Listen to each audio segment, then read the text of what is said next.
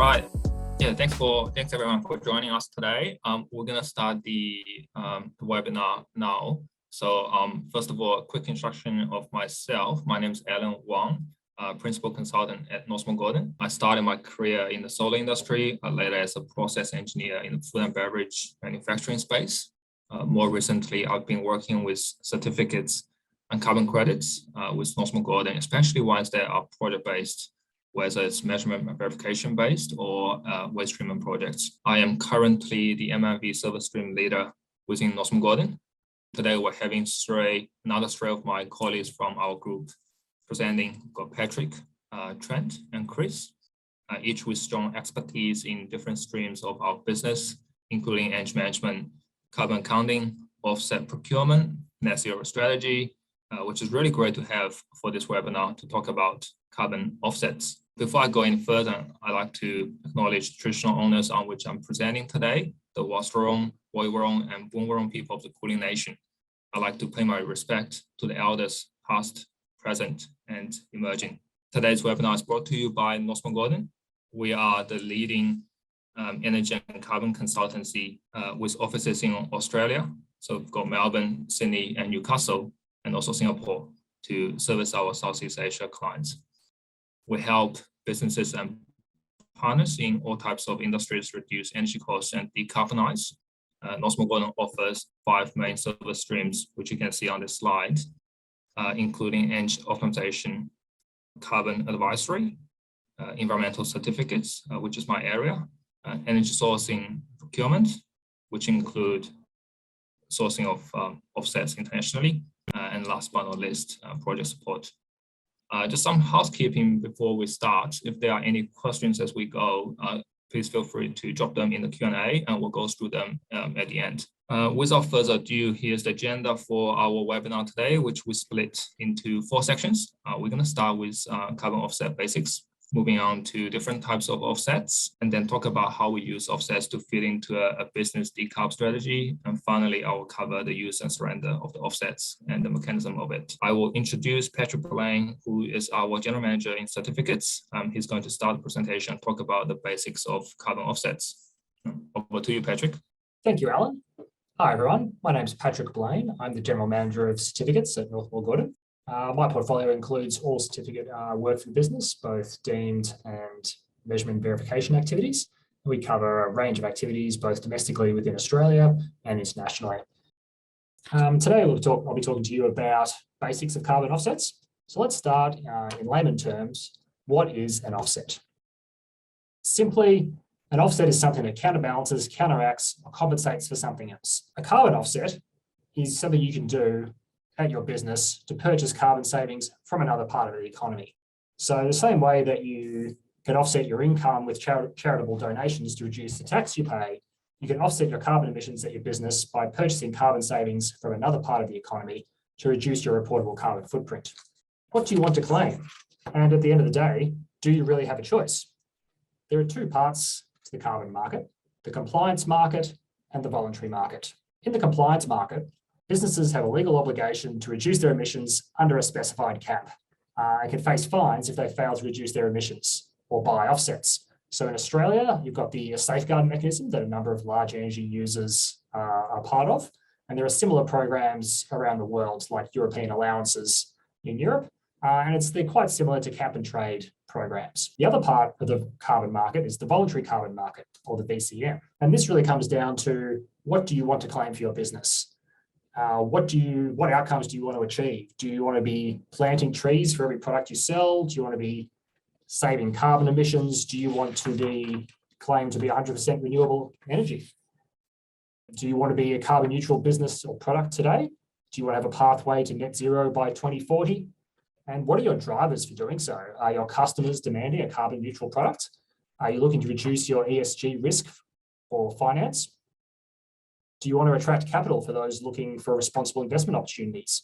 Or does your business feel like it's the right thing to do? What level of certainty do you want? How robust? Do you want to make sure that the trees you're purchasing were actually planted and weren't sold to anybody else? Do you want independent audits? Or do you want some kind of tick from a third-party certification? In many cases, you don't need to reinvent the wheel for the claims that you want to be able to make. There are existing frameworks that you can sign up to. For example, Climate Active in Australia, science-based targets, or the RE100, and the rest of the team will talk about those in more detail later on. Verified versus unverified offsets. So when you're thinking about a robust system for offsets, it doesn't matter which program you subscribe to, there are a number of common elements that robust systems have. There are a few things in common. So government or independent third-party administrators, there's clear rules for how the offsets can be created.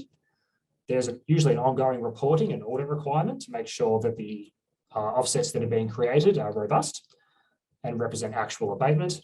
And there is some kind of registry to track the offsets and who the current owner is. And if you have all of these elements, what you end up with is a asset that is tradable. So you allow you to trade your carbon between different parts of the economy. So what does this look like in practice? In practice, these kind of offsets fall into the broad class of products known as environmentally attributed certificates. They generally fall into three categories that you might be familiar with.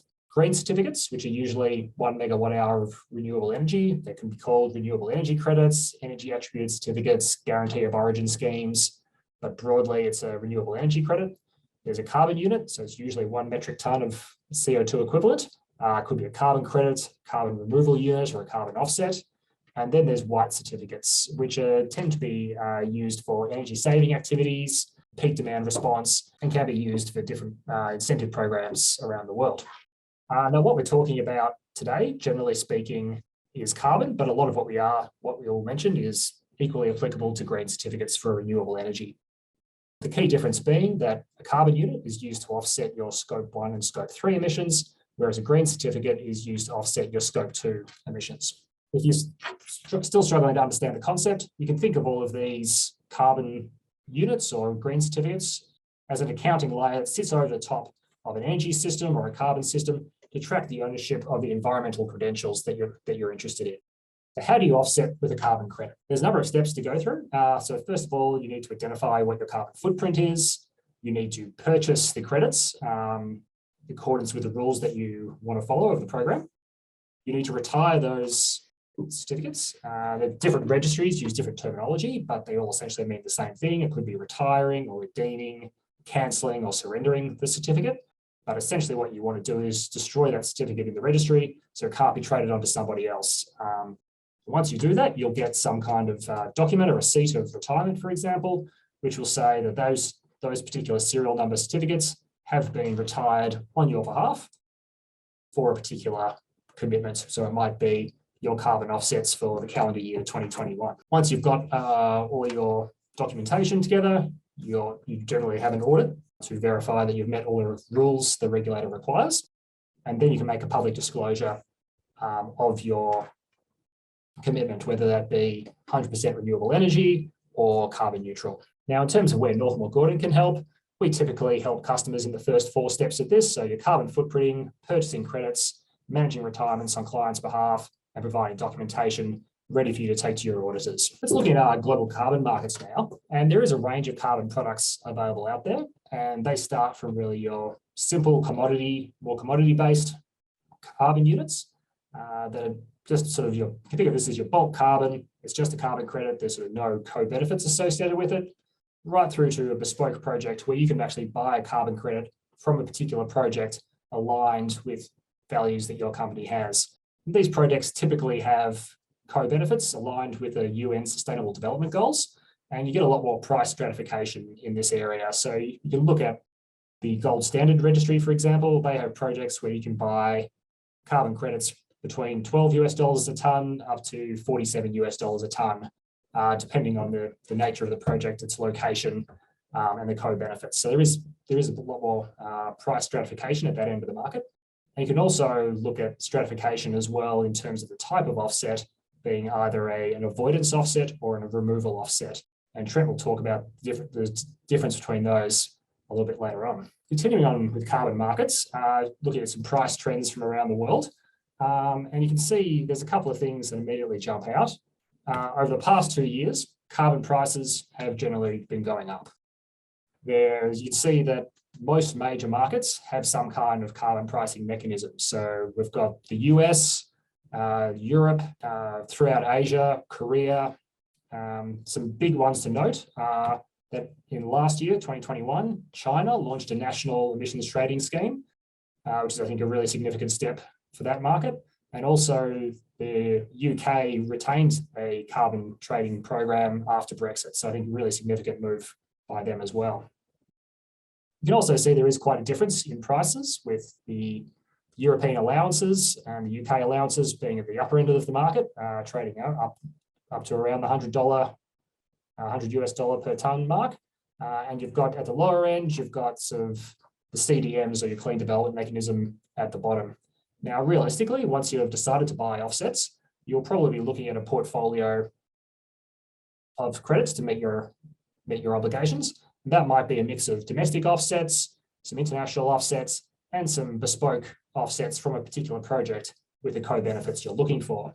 Now, what are others doing in this space? If we look at the latest carbon market report from the Clean Energy Regulator, this graph here now shows the voluntary surrenders in Australia over the last 3 years. And we can see a couple of things in particular. One, there is an increasing trend in the use of voluntary offsets. The green shows the international offsets that are used. The voluntary offsets are still dominated by international offsets, but there is a growing share of domestic offsets being used as well. Now, if you're interested in carbon market pricing, Northmore Gordon will be launching soon pricing on our website, so you can go and see the live prices for domestic offsets like ACCUs and LGCs, as well as some of the other incentive programs using certificates in the country. I guess we've been talking a lot about the offsetting side, but we need to also look at the supply side and how do you originate or generate a carbon credit. So because this is a trading scheme, for every buyer, there is a seller. And it is important to remember that the carbon value goes with the certificates. So if you, for example, if you have a project that has excess carbon savings, in addition to your targets, you can sell them.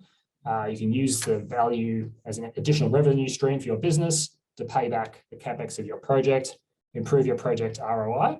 So there could be a number of factors, and you could use this as part of a pathway to achieving net zero, for example. Chris will talk a bit more detail about that.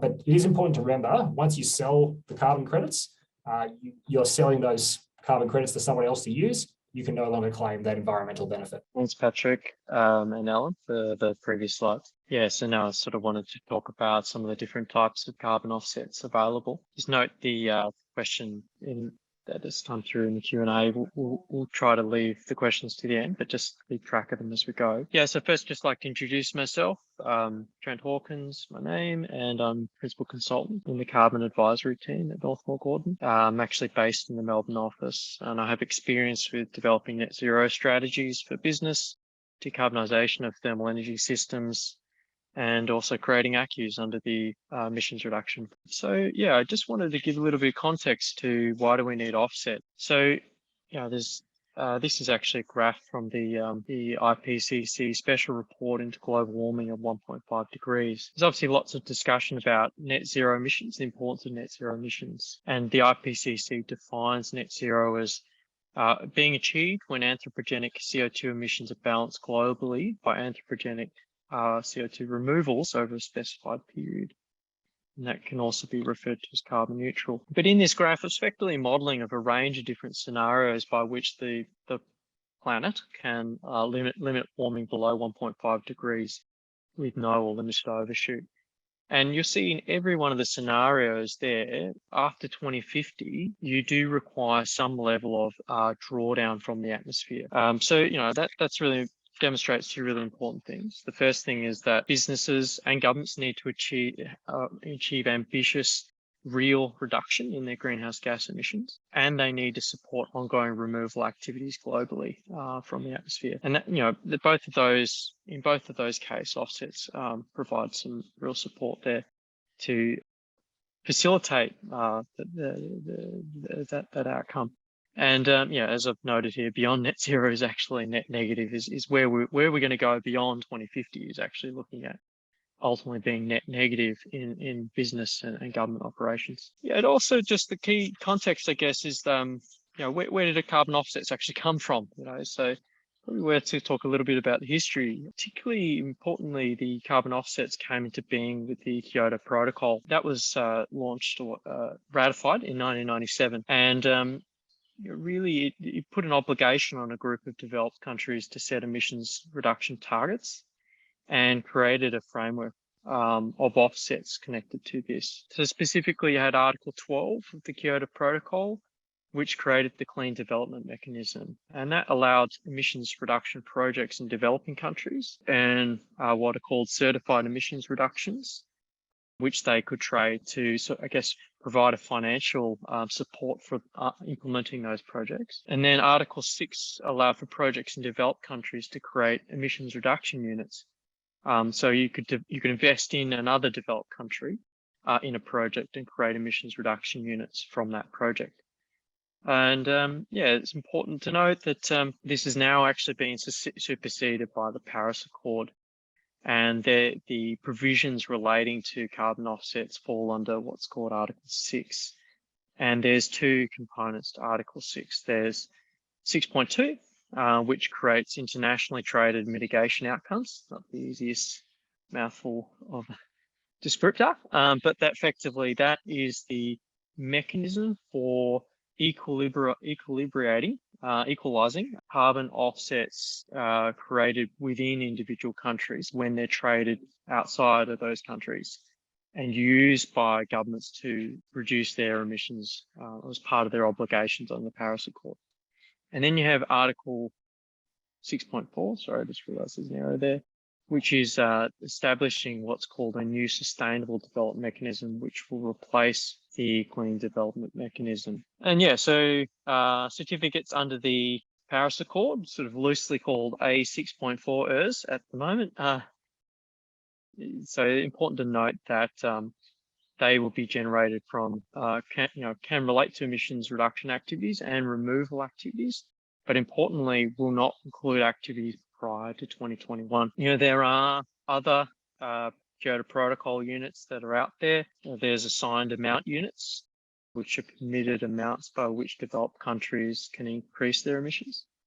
And there are removal units, which are emissions or reductions in emissions resulting from land use and land use change in forestry. So this is a table of some of the I guess, the primary carbon offset types in the Australian market. As mentioned previously, there's Australian carbon credit units, and that'll be talked about further in this webinar. At the moment, price range of $20 to $40, and they're regulated by the Clean Energy Regulator. Then you have the certified emissions reductions that I mentioned previously. There's also emissions reduction units as well that are just facilitated by the Clean Development Mechanism. The prices vary significantly, and yeah, there's generally can be sub $1, and some of them that are up around $10, $15 range. Looking into some of the voluntary offsets available, you have verified credit units, which the non-government organisation called Vera oversees, and prices in the range of $11 to $25. Voluntary emissions reductions, which is under the Gold Standard program. And that allows you to choose emissions from different types of projects and activities. You can go on the website and look at the different parcels, so to speak, of certificates. And then in the renewable energy scope 2 certificate space, you've got LGCs, probably a familiar term to participants on this webinar, of large generation certificates. And that's again sort of managed by the Clean Energy Regulator. Prices have been persistently kept above a certain price, and now we're actually seeing above $40 megawatt hour on LGCs. And then there are a couple of important international renewable energy certificates. You've got tradable instruments for global renewables, or TIGERs, which is based on effectively trading of RECs from outside of North America through a platform developed by an independent market operator called APX. And the last thing was the International Renewable Energy Certificates, which is overseen by the International REC Standard Foundation. Both of those range in the order of $5 to $50, and it's a very influenced by the country of origin as to what the actual price is. Yeah, so you'll note that there might be a bit of terminology you see between different kinds of certificates. So there's both avoidance units and removals units. This little diagram, stolen from the World Resources Institute website, thank you, has a nice way of expressing that. But basically where you have an activity, so maybe you are you've got a gas-fired boiler that's directly combusting fuel and creating emissions, and you undertake an activity. Let's say you electrify that boiler, and then you buy renewable energy for the electricity supplying that boiler. You've now effectively avoided or removed, well, let's say avoided, taken away the emissions that were previously there. The other form of emissions offset is a removal unit, where you directly removing carbon dioxide from the atmosphere, whether that could be through some sort of kelp forest somewhere that's removing greenhouse gases from the atmosphere. So some programs treat avoidance offsets different to removals. An example of that is the Science-Based Target Scheme initiative, which for longer term targets will only accept use of certificates for neutralization, which is really recognizing that long-term reality we're in, where we're going to move towards net negative. So we need to facilitate and support funding of projects that actually draw down greenhouse gases from the atmosphere. Yeah, and looking at the next slide here was around the carbon offsets. So, you know, there's what actually governs the carbon accounting and the usage of offset, and also carbon neutral claims. This is a number of different government-based schemes, and Climate Active will be talked about later. But you know, what is the international frameworks that sit around, you know, that are in place? And there is actually very well known, also broadly well known, the Greenhouse Gas Protocol, which was first released in 2009, and that sets out internationally recognized framework for corporate accounting and reporting on emissions. And beyond that, the ISO standard, ISO 14641 and 2, there's also 1467, which kind of supersedes or sit on top of that as a framework for accounting of emissions within an organization, and then reporting on both emissions and removals activities. And then moving into the actual carbon neutral space, there isn't yet a standard for that, but in development is the ISO standard 1468 for carbon neutral claims, and that's expected to be released in 2023. And you know, question is, why is that important? Because there is actually no internationally recognized definition of carbon neutral. Whilst you might have, you know, there's a small number of countries that have a standardized sort of scheme. Outside of those countries, you know, some jurisdictions that we work in, for example, in Singapore, you know, there is no standard by which you can currently certify or easily, you know, sort of recognized way certify to say that you have a carbon neutral business or activity. There is the British standards framework called PAS 2060, which is available for use internationally as an alternative already. Okay, just moving on. So, and obviously the Emissions Reduction Fund has been the subject of lots of media attention lately, and but you know, it is and remains the Australia's only framework for creating a Kyoto Protocol aligned carbon offset. And there are a number of different methods by which you can actually participate in the Emissions Reduction Fund. So there are land sector methods that include agricultural methods, vegetation methods, savanna burning methods. And then there are industry methods such as landfill alternative waste methods, wastewater methods, energy efficiency and industry methods, and transport methods. And there's something of like 30 or so methods all up, and I've kind of lost track of them all. You know, the media attention's been around one, which is called the human-induced regeneration method.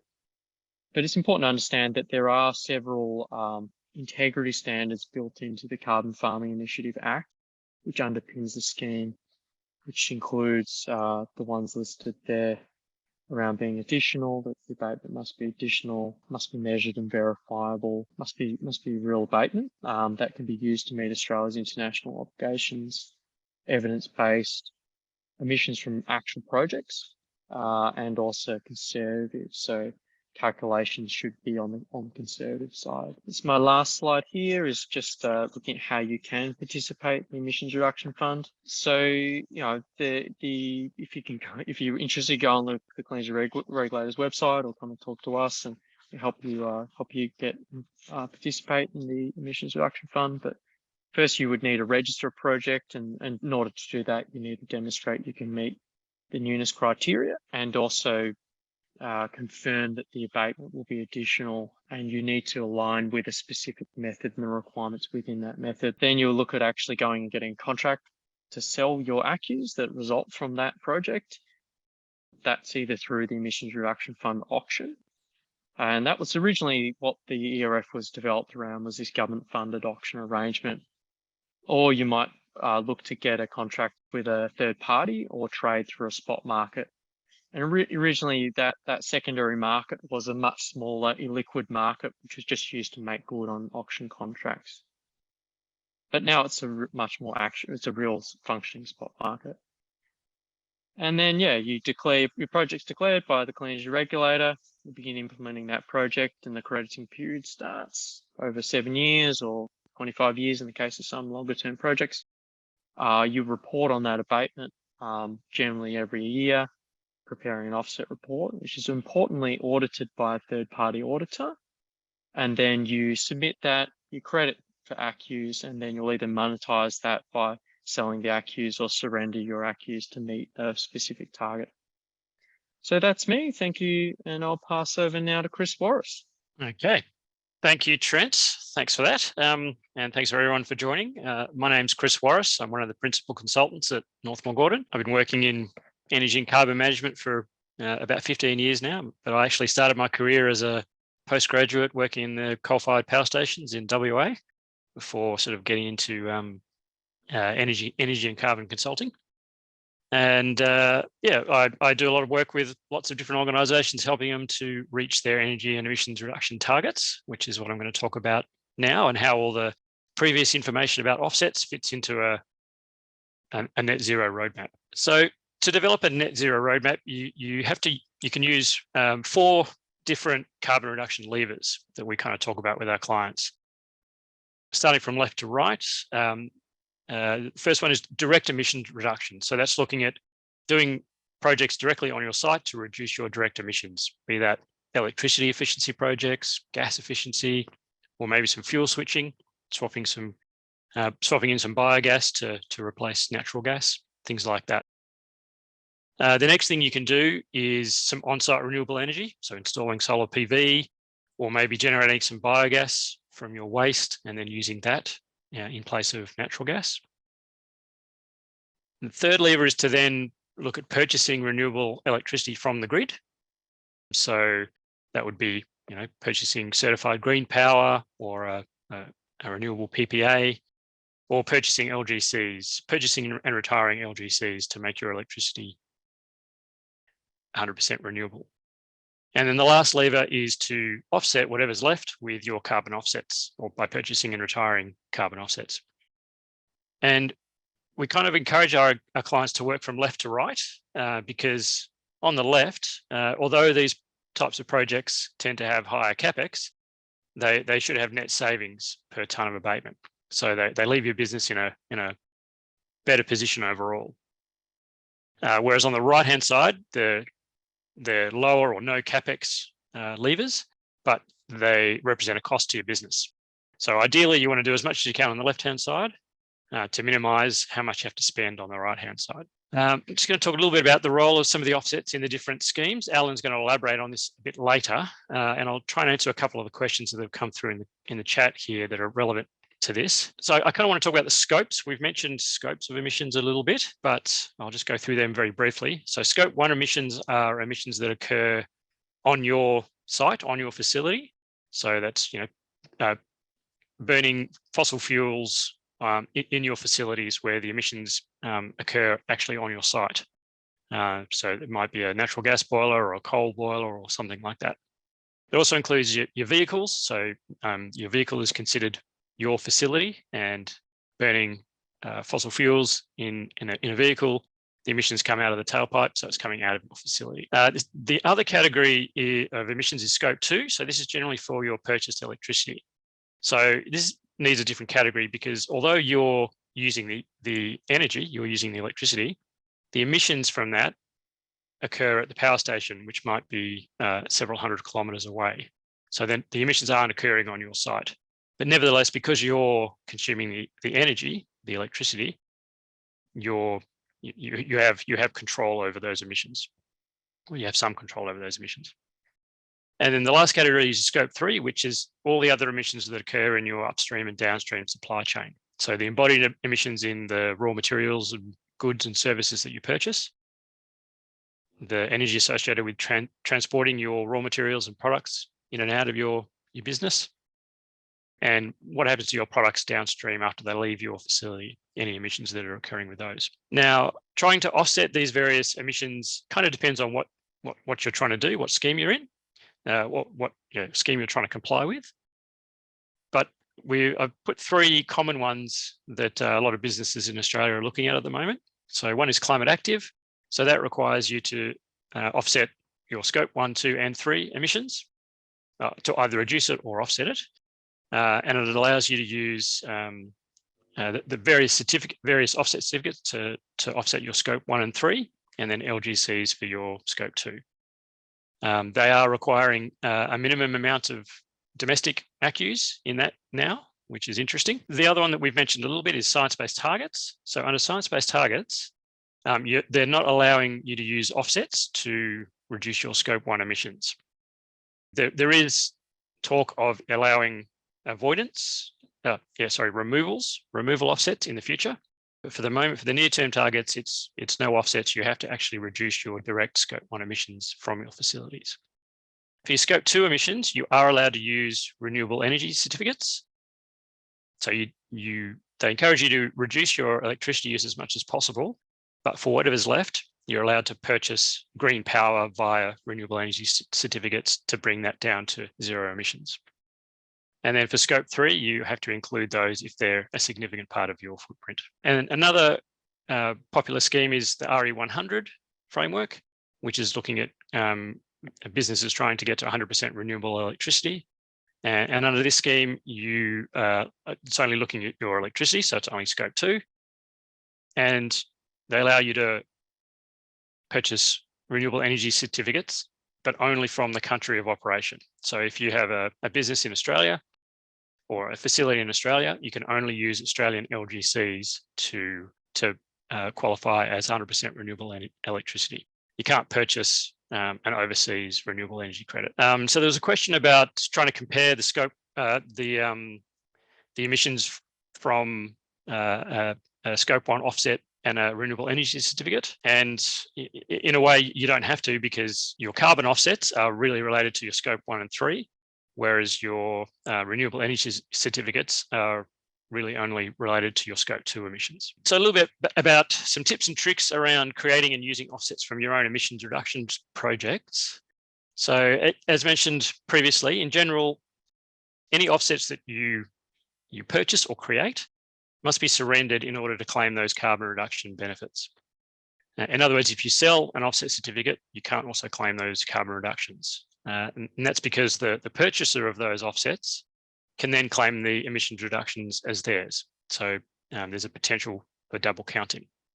So this applies for ACCUs or LGCs. So if you install solar PV on your site and create LGCs as part of that project, if you want to claim that as 0 emissions electricity, you can't sell the LGCs, you have to surrender them. I've got a little asterisk next to the ACCU, and I'm going to talk about that on the next slide. But it's also worth noting that this rule about surrendering without monetizing generally doesn't apply to the energy efficiency certificates, like the ESCIs in New South Wales or the VEECs in Victoria, because technically these aren't really offsets. They don't actually represent a ton of emissions abatement or anything like that.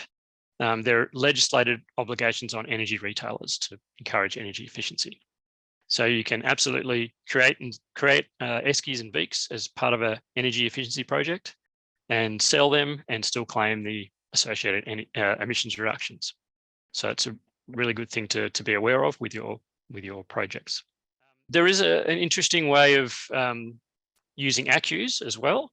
So ACCUs can be sold to the Australian government through the Emissions Reduction Fund auctions.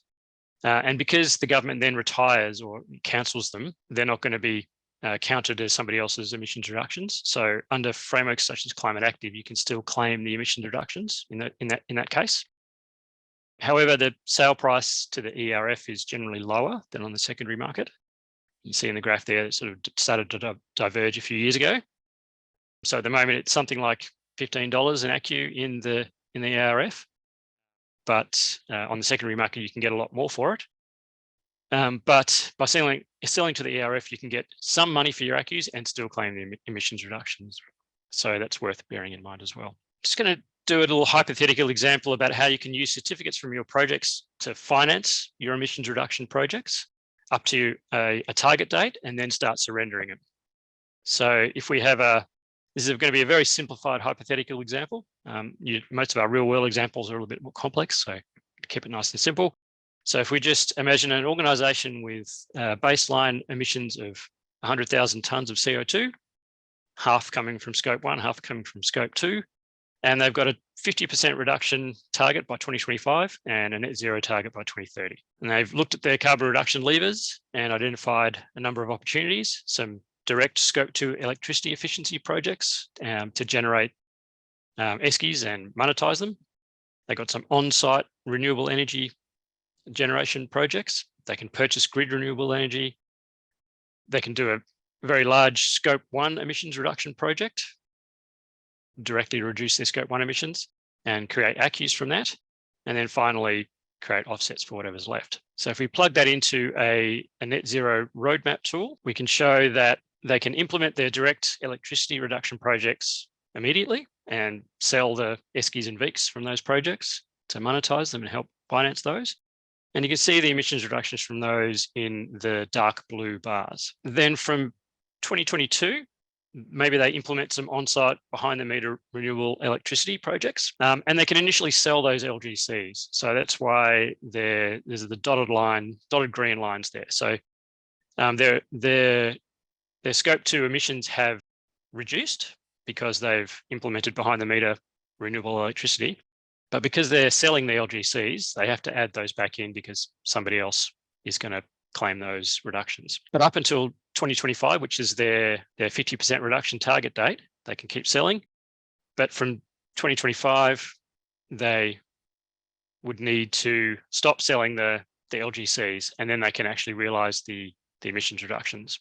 And so the green bars become solid because they've got real accountable emissions reductions. They can also implement their big scope 1 emissions reduction project in 2024 and create some ACCUs and sell them. And again, that's in the orange. So because they're selling those ACCUs, they can't claim that emission reduction in their accounting. So it's in those dotted lines. But yes, to reach their 50% reduction in 2025, they surrender their LGCs from 2025 onwards. And also they purchase grid renewable electricity from 2025 for the remainder of their electricity needs. So they've reached their 2025 50% reduction target and still managed to monetize the LGCs a little bit to help finance those projects. And in order to reach net zero by 2030, they would need to stop selling the ACCUs from 2030. So surrender them for that project at the end, and then for whatever's left, purchase and surrender offsets for the remaining emissions.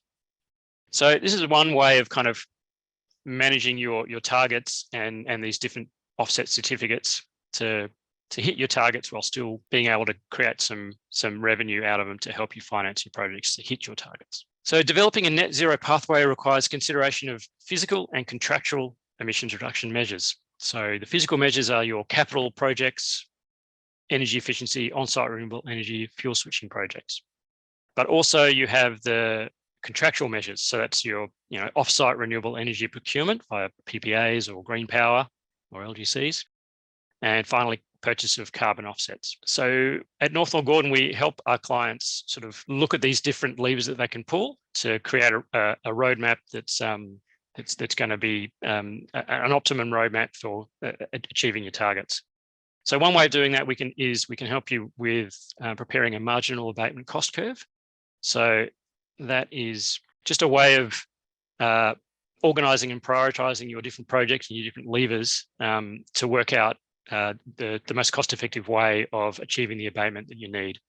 And it can be quite a useful tool because, as a lot of you will sort of know, energy and carbon emission reduction projects tend to have longer paybacks than other projects that they're competing with in the business. A lot of businesses want 2-year paybacks on projects, and energy and carbon projects tend to be 4, 5, 6-year paybacks. But when you, so often it's hard to get these energy and carbon reduction projects across the line with management. But if you put them in a marginal abatement cost curve and show that to reach the organisation's target, they're either going to have to do these projects or purchase expensive certificates, offset certificates, it becomes clear that it helps justify to management that it's worth doing these projects. And the other thing we can do is we can help you model different emissions reduction pathways using our interactive net zero tool. So we can mix and match the different opportunities that you have. You could do a low, medium, high ambition roadmap.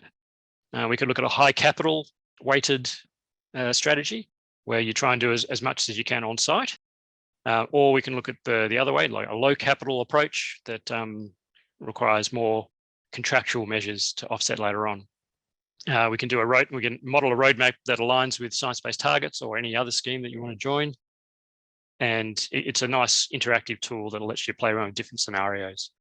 And we'd be, if you're interested in that, please get in touch and we can help you out with that. And I think that's the end of my section. So I'm going to hand back over to Alan. Thank you. Thank you, Chris. I really enjoyed the example that you've presented. I think it's very clear, and hopefully that gives our viewers a good understanding of how you can maximize the value of offsets while still meeting your target in the long term, both the near term and also the long term. So again, just coming back to the last section of our webinar, I look after probably more the project delivery of MMV projects as well as waste treatment projects. Those are the projects that Trent has previously mentioned in his slides, which are under the EIF scheme. So let's do a quick recap of the different programs that Chris just mentioned in his slides. So let's start with Climate Active. Climate Active is based on the ABN. It's not really based on where the site is. It's actually on the ABN. So if it's covered in the same ABN, you have to cover that in the Climate Active certification. So Scope 1 and 2 are included under Climate Active. Scope 3 needs to go through what they call a relevant test to determine its boundary. Renewable energy certificates, as in RECs, are allowed for Scope 2 emissions. And offsets are also allowed for Scope 1 and 3 emission offsets.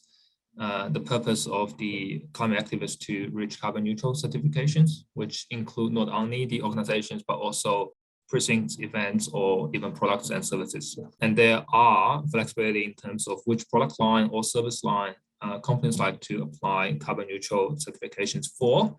For example, in the cement industry, zero carbon concrete or low carbon concrete can be claimed for a particular blend for a particular project rather than the entire product range. So that gives a lot of flexibility to the companies who, even if they wish to apply for Climate Active certificate, they don't have to go for the whole organization at the first go. Moving on, so Science-Based Target Initiative includes Scope 1, 2, and also requires that company account for all the relevant Scope 3 emissions categories in their inventory. This is as per the GHG, the Greenhouse Gas Value Chain Protocol. So within each of the relevant category, companies must account for the minimum boundary of the emissions in Scope 3. Additional emissions will not count towards the emission coverage for Scope 3 targets. So as per the Science-Based Target Initiative criteria, 2/3 of the Scope 3 emissions must be covered by the target. Under SBTi, the net zero standard version 1.0 was released in October last year, which gave us more guidance on how we use RECs and offsets. So at the moment, the RECs are not allowed. So at the moment, RECs are allowed, but no offsets can be used to use towards their near-term science-based target.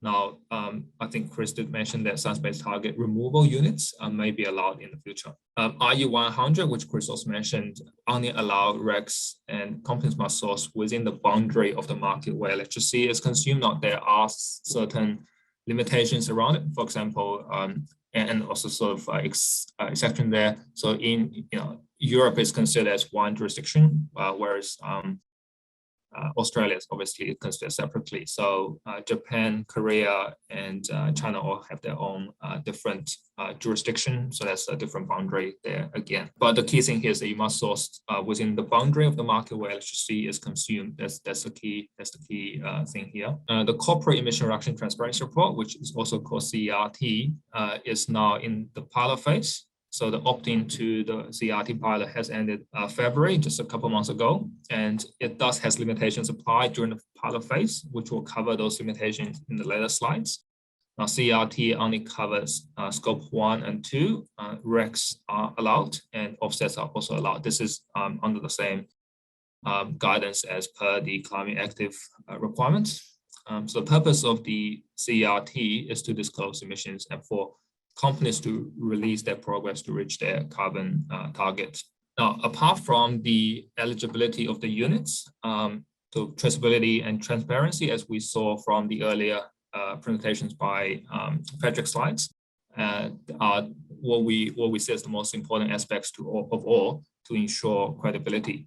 So in order to make sure the units are traceable and also verifiable, you must retire or cancel or surrender, whichever term you use, those eligible units on the various registry and state at a minimum transaction ID from the registry, volume of the units or certificates, whether you're using those for scope 1, so scope 1, 3 or scope 2, those are different units or certificates, and the reason for surrendering, and also very important, the unit vintage. So note for the vintage, CERT is in line with climate active, which as of November last year, so only 2012 vintage or beyond are eligible units for offsets.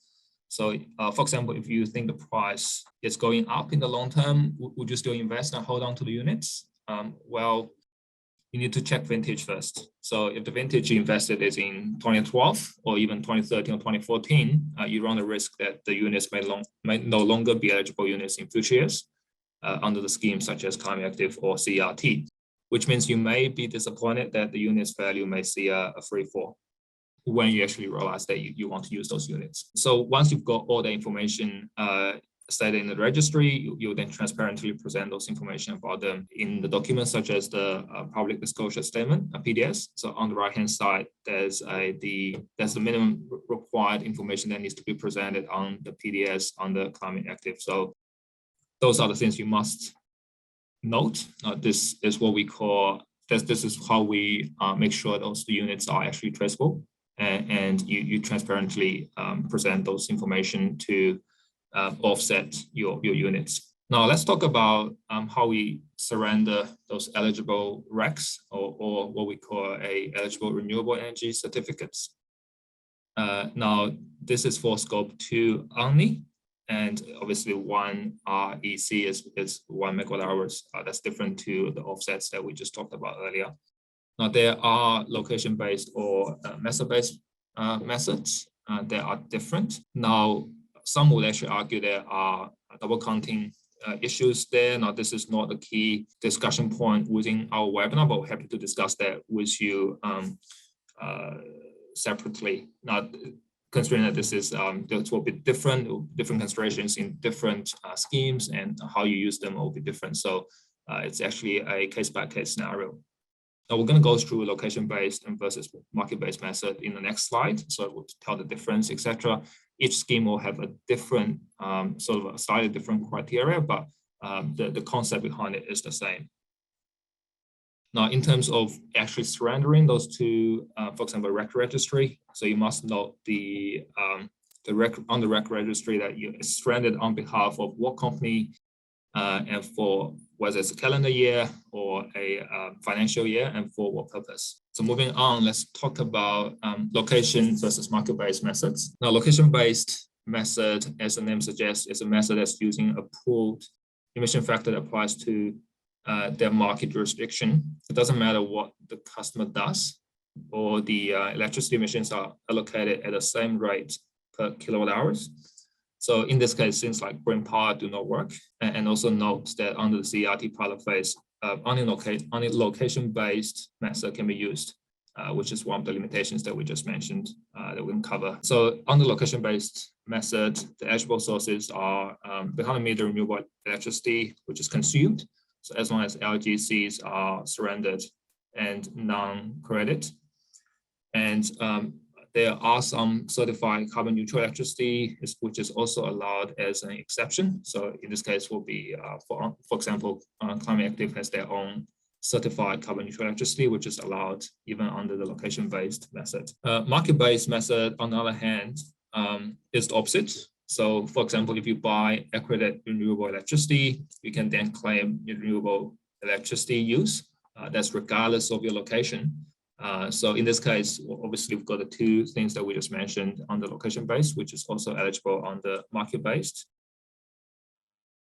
And green power also works under the market-based method. LGCs can also be used so long that they are voluntarily surrendered. This is different again compared to location-based method. The large-scale renewable energy target can also work within market-based method, which means the renewable power percentage can also be applied in the calculator. Now, there's also jurisdiction targets, which is based on the voluntary LGC surrender on behalf of the customer, which is also eligible. However, under the CERT pilot, again, this is another exception here. Third-party LGC surrendered on behalf of the participant is not included in the jurisdictional LGC surrender, so that needs to be excluded for the at least for the CERT pilot phase. So moving on for when we talk about surrendering of eligible offsets units, now offsets, as Chris clarified in his slides, is for scope 1 straight only. Now, there are different offsetting approaches, such as forward purchases or in arrears. Now, most of our customers use in arrears approach. This is understandable because you can't. A lot of companies don't really want to actually go through a forward purchase unless they've got the funding already in place, which is quite rare. Now, to claim Climate Active certification, there's some certain things that we want to make sure that we understand it before we purchase certain amount of ACCUs or certain amount of different offsets internationally. So for Climate Active, starting from 1st of July 2023, for large scale businesses, you need to make sure that you purchase a minimum of 20% ACCUs within all the scopes considered. For all the rest of medium or small size businesses, this will apply from 1st of July 2024. So there's something that we should, obviously account for. There's certain requirements on the different schemes. On the right-hand side, you can see under the Climate Active, those are the eligible offset units, which Trent has talked about earlier. So I would actually go through them in details this case around. Finally, let's there's just a recap of the 5 main service streams that we offer under Northmore Gordon. So relating to this webinar, so the streams that we covered are carbon advisory, which include carbon accounting and net zero pathways. Also included already to this webinar is the environmental certificates, which include medium to large scale project-based activities, creating all types of green certificates and white certificates and carbon units. And also obviously the energy sourcing and procurement stream, which includes sourcing of offsets internationally. Great, thanks everyone for joining us today. Again, we do apologize for the technical issue that we experienced in the earlier of the slides. And we'll go to Q&A now. So we'll go through one at a time. And I just realized there's a question in the chat that the webinar today is being recorded. So it will be uploaded to YouTube. And we'll send through a follow-up email to all the attendants with a link to the video on YouTube later on. So without further ado, let's go through the Q&A section. Just going through one. So first one we've got here is, what's the cheapest Australian domestic offset you can buy currently? I think that's probably more a question for Patrick. And Patrick, you happy to answer that question? Yeah, I can grab that one. Thank you, Alan. So currently the cheapest domestic offset you can buy in Australia is really an ACCU. They don't have a lot of choices. There's ACCUs, and there's also one project currently being run under the gold standard. It's an international NGO, have one project out near Geraldton. Unfortunately, they're currently out of stock, but they've been advertised at around $30 US a tonne. Today, the ACCUs are trading at 30 Australian dollars per tonne. So in terms of domestic offsets, ACCUs are really your best choice. Thank you, Patrick. Hopefully that answers the question there. So yeah, feel free to email us. You can see those email our email addresses here. So feel free to send us through to Patrick if you still are not sure if this answers your question there.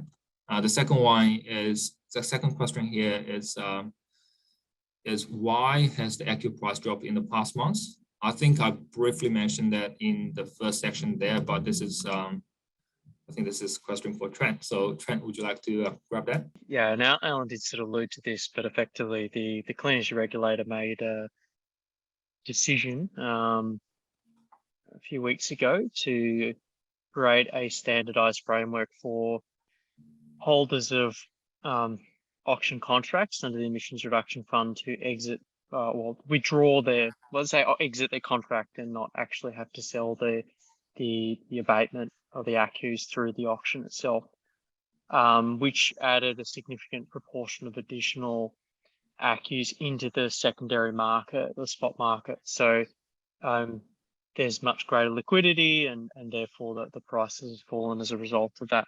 Yep, thanks, Trent. So hopefully that answers the question there. The next one here we've got is from Simon. So how should we compare the various schemes prices between those set per ton of CO2 emissions or versus per megawatt hours? I think, Chris, you probably mentioned that in your slides. Would you like to sort of just explain it a bit more in detail? I guess you don't really need to compare them because you're going to use them in different ways. So the offsets that are set per ton of carbon dioxide, they're your scope 1 offsets. So they'll be used for a specific purpose, offsetting your scope 1 or your scope 3 emissions. Whereas the ones that are done per megawatt hour are going to be your renewable electricity certificates, which are going to be used for scope 2. So yeah, they're in different categories, I guess. Hopefully that answers the question. Yep, thanks, Chris. I think that's quite clear there. Next one I've got here is, could you please expand on how Science Based Target Initiative treats offset certificates? For example, under what circumstances will they allow them, and what is neutralization, and what certificates accommodate this? So that's quite a few questions there. I think that's probably for Trent. Would you like to pick that up, Trent? Yeah, I might pick that up. I guess with the release of the net zero standard last year, effectively the whole science-based target sort of framework kind of evolved, so that the original science-based target initiative was very clear. It didn't allow for offsets, and it was seeking direct emissions reductions, and the primary basis for that being that it needs to align with the scientific basis of keeping the world's warming below 1.5 degrees. As I noted earlier, because once you start to look into the longer term, we need to have net drawdown of emissions. So, and also recognizing that a business, maybe a very specific business, very sort of, a heavy emitting industry or something like that, can get a very large length of the way, maybe get 90% direct emissions reduction. And then by 2050, they still want to get to net zero, but they're 10% short. There is an allowance for the residual emissions. That's what they're called, to use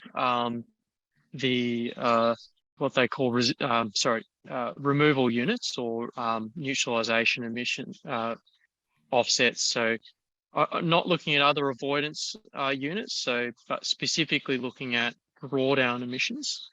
You can use those for residual emissions where you cannot get completely to 100% by 2050 in reducing to net zero.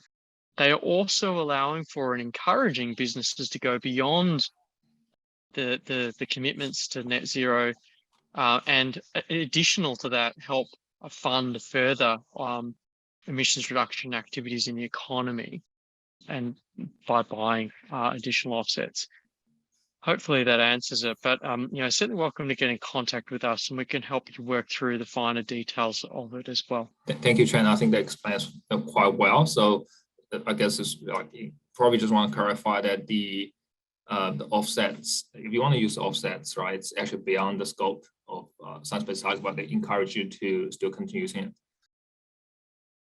That's really great. Thanks, Trent. So next one we've got here is, if we generate ACCUs and sell them to the government instead of the market, can we still claim ton of CO2 savings in the science-based target reporting? And that's really a great question here.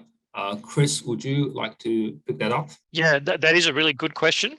I think you'd have to probably test it, but certainly under the Australian Corporate Emissions Reduction Transparency Framework, in your accounting, you would be able to claim those CO2 emissions and you'd be able to report that. And I think you would use that in your SBTI reporting. But whether or not that would be challenged by the science-based targets people, I don't know.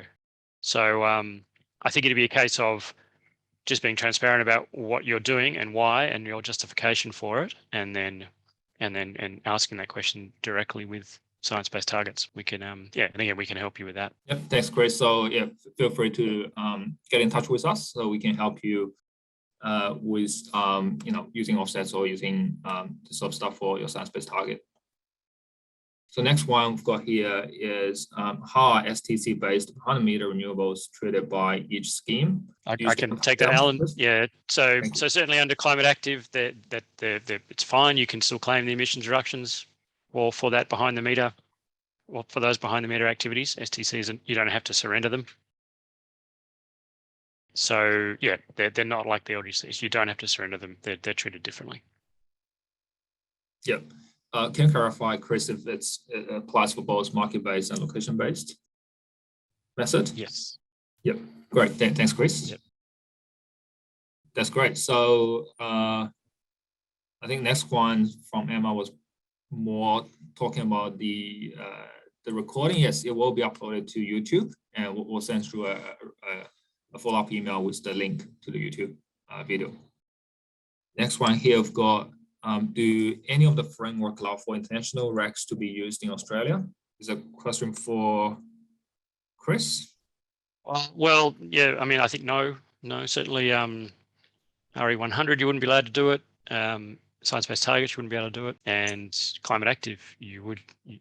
LGCs are the only eligible renewable electricity certificate. So I think the answer is no. Yeah, thank you, Chris. I think we particularly talked about RE100, that obviously there are exceptions, but the concept behind it is that you want to purchase RECs for your offsetting purpose within the market where electricity is being consumed. So that's quite clear. So yeah, hopefully that answers questions there. That question there. Next one I've got here is, how do you find out about the vintage requirements for certificates? I can probably briefly talk about it. I think it's quite, I think we did mention that obviously within different vintage that the price may actually be different. And then if you pass certain vintage year, you won't be able to claim those offsets or those units are eligible offsets anymore. So that's definitely something to be aware of. Now, in terms of your question here, so for each of the unit that you want to present on the PDS or you want to surrender them through the registry, you have to clarify which vintage year it is for those certificates. So when you purchase those units, it will be showing basically on the transaction. So obviously we talked about transaction ID there. So attached to the transaction ID, you will have to show, you can actually fill the vintage there as well. So hopefully that answers questions there. I would have add one part to that, Alan. I think different programs do have different requirements. I know for the RE100, it's not a strict rule, but they do give guidance that the RECs should be within 23 months, I think it is, of generation. So there is, you want to be sort of close to when the consumption's happened with the generation of your RECs. But yeah, the requirements for different programs vary. Yeah. Thanks, Patrick. So really, different vintage will eventually equal to different price going forward. Just to quickly add, Alan, as well, like the vintage of, for example, an ACCU is, you can go onto the Clean Energy Regulator website, onto the registry, and the certificates have their vintage tied to them. So you can find that out if you can get an account onto the Clean Energy Registry. Yep. So it's clear what year they're from. Yep. Thanks, Chris. Next one we've got here from Peter. So now that the VIC price is nearly on par with LGC price, what certificates are business creating from large-scale PV projects in VIC? Yeah, good question, Peter. We're definitely, we're not, obviously, first of all, not predicting the future. The VIC price has dropped quite a bit.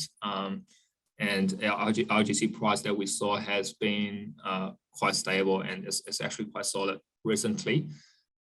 The main issue that we have here is that the LGC, so obviously with VICs, we can forward create for 10 years, and there is risk attached to the VIC price going up and down, but you can hedge the VIC price at a starting point,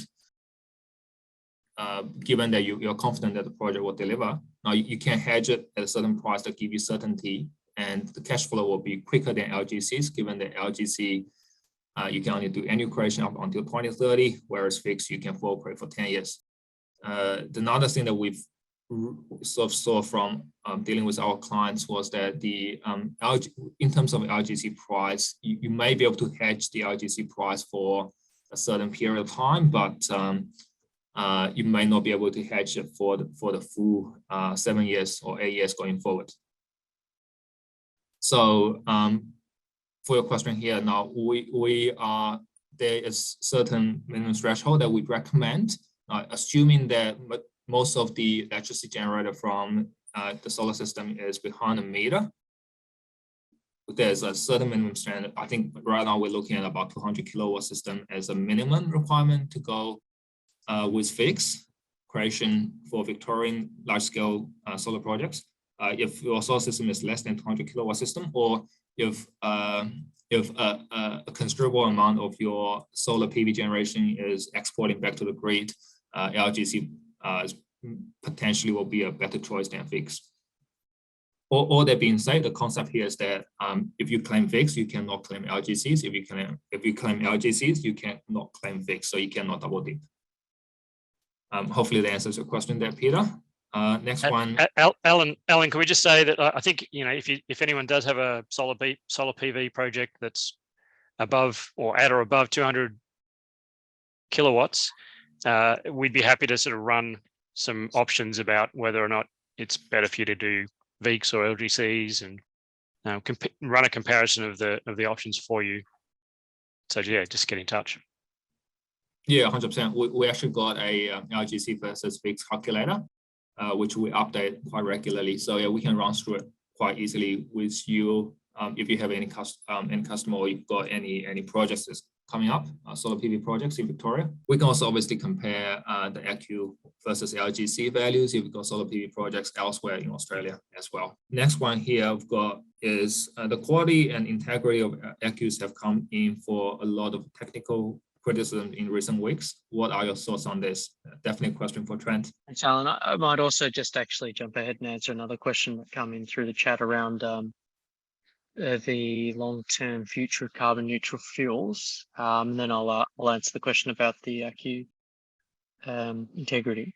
So there's a question here: what does Northmore Gordon think about the long-term future of carbon neutral fuels, e.g., carbon neutral LNG paired with certified offsets? Certainly a good question. To the best of my understanding, there isn't necessarily an accounting framework or a sort of a reporting framework which would necessarily support that, or that see that kind of fuel as being carbon neutral. If you were to develop a carbon inventory and look at your scope 1 emissions, that would include something like LNG, and then on top of, after you've done that reporting, then look at using offsets and making a claim as being carbon neutral. That would be allowable within the rules. But more broadly, there's moves by the Green Power Association to develop a green gas or sort of renewable biogas certificate like an LGC.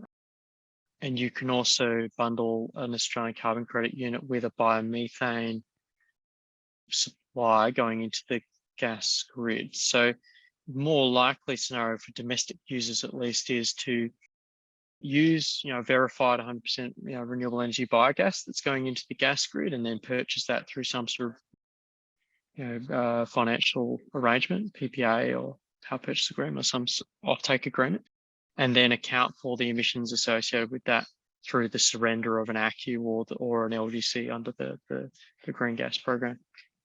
I hope that answers the question. And then the question of integrity.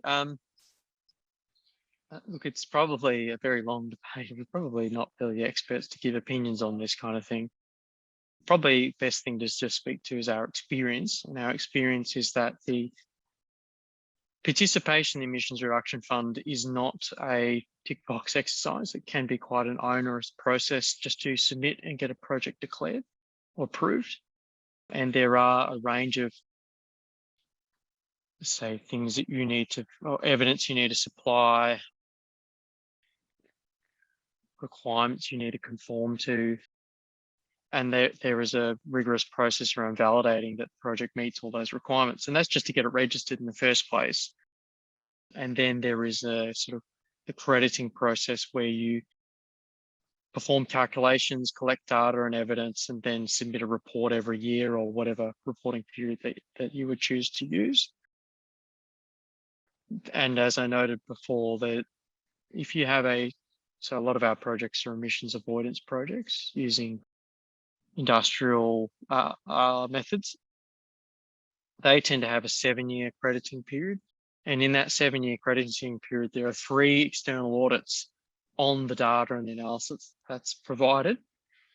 Excuse me, that's built into the scheme. So in our experience, it's not necessarily straightforward to actually get a project registered, do all the calculations, and also then get it approved and ACCUs credited. And it doesn't require a level of robustness, integrity, and how that works. We don't do any ACCUs in the human-induced regeneration space or some of the vegetation methods, so we can't really comment on that. But we are aware that the Carbon Market Institute, which Northmore Gordon's a member of, have put out a number of sort of detailed rebuttals of some of the claims that have been made, and also looking at how to further improve and strengthen the integrity principles that are built into the scheme. All right, thanks, Trent. Again, if you are having any questions or follow-up questions, feel free to put this on Q&A or just send through an email. We can answer that a bit later through an email or just a phone call. Next one here we've got, which is also the last one here on the Q&A section here. Which schemes allow exported behind the meter renewable generation to be claimed?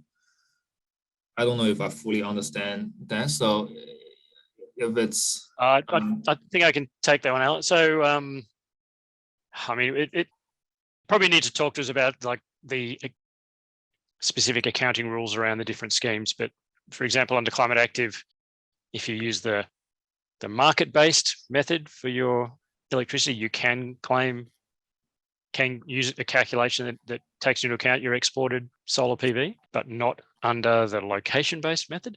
So it does get a little bit complex. They all have their particular rules around the carbon accounting. So, if you've got a specific project you're looking at, just get in touch and we can have a look at that for you. But yeah, I guess the answer is that under Climate Active, you can, under one of the accounting methods, claim some of your exported solar PV. Just noting there, Chris, that if you were to do that, you'd need to surrender the LGC. So if you do behind the meter renewables that are generating export, then you need to also surrender the LGC for the export component. Yeah, definitely.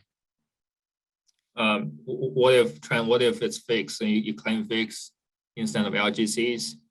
Can you still claim it? Just repeat the question. So if you are, I think in this case you're probably talking about LGCs, right? So you have to voluntarily surrender LGCs to claim those electricity as renewable. For any export quantity. And export quantity.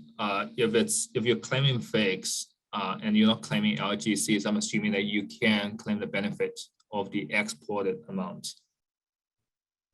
Yeah, and the electricity accounting rules would allow that. Yes. Yeah. I think it's quite important to clarify that. Okay, great. So that's all for the Q&A section here. So yeah, look, we're just hitting 3:30, so that's exactly what we planned for. So thanks again, everyone, for joining our session today. Again, the video recording will be uploaded to YouTube and we'll be sending through an email with a link to everyone. And if you have any questions at all, just send through an email to one of us or just info@northmoregordon.com so we can distribute those questions and have a chat with you. So we're looking forward to it. All right, thank you again, and we'll see you next time.